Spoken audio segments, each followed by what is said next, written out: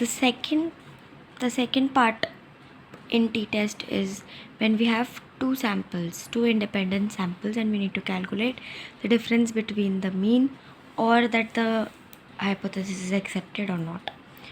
तो फॉर्मूला उसके लिए चेंज हो जाता है.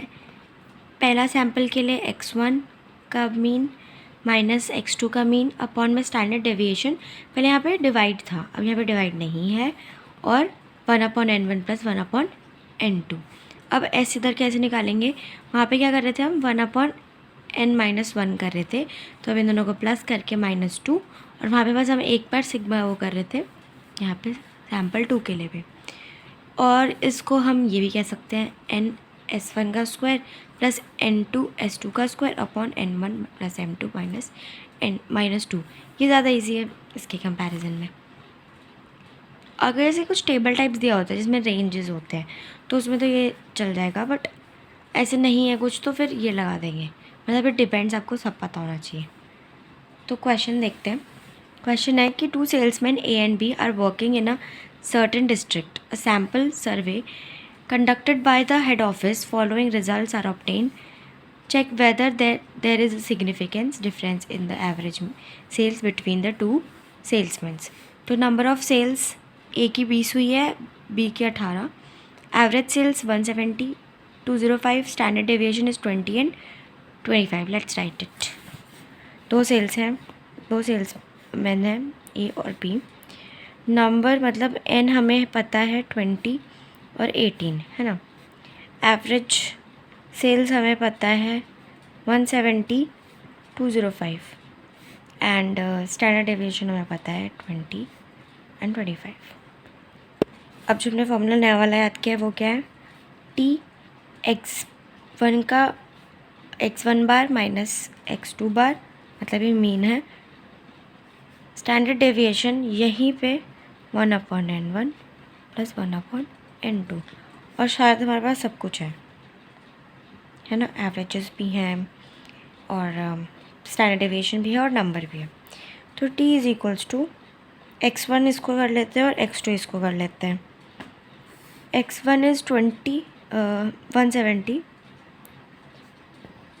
हाँ -205 अपॉन में s is we need to calculate, और बाकी क्या है 20 / 18.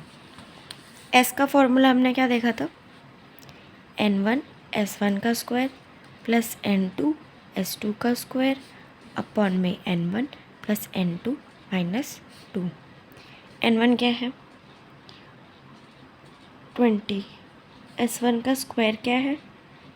20 का स्क्वायर प्लस n2 क्या है? 18, और s2 क्या है? 25 का square. Next is n1 + n2 - 2. ठीक है, इसकी वैल्यू आती है कैलकुलेट करके 534.7, और ये चीज़ हम इसमें डालेंगे. अब t = -35 आएगा अपॉन में ये 534.7, और ये आ जाएगा. इनको हम डिवाइड कर देंगे तो 0.05 + 0.05 ही आएगा, क्योंकि ज़्यादा कुछ फ़र्क होता नहीं है. ठीक है, और ये आएगा 2.2.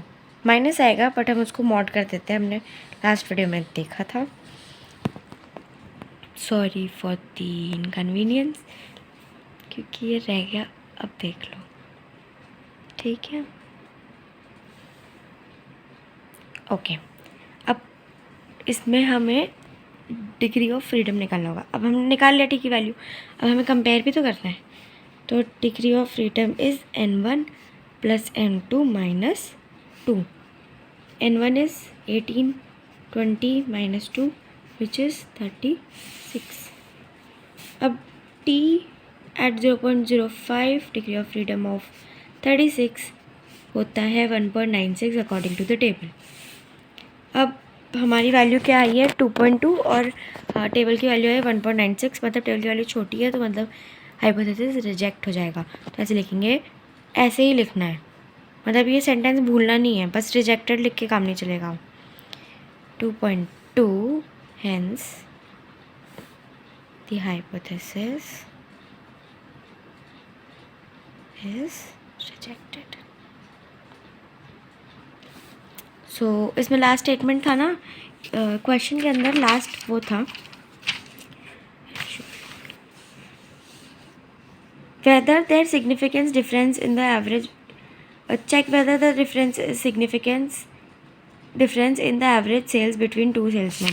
तो लास्ट स्टेटमेंट हम ये लिखेंगे, there is a difference in the average sales between two salesmen. Okay.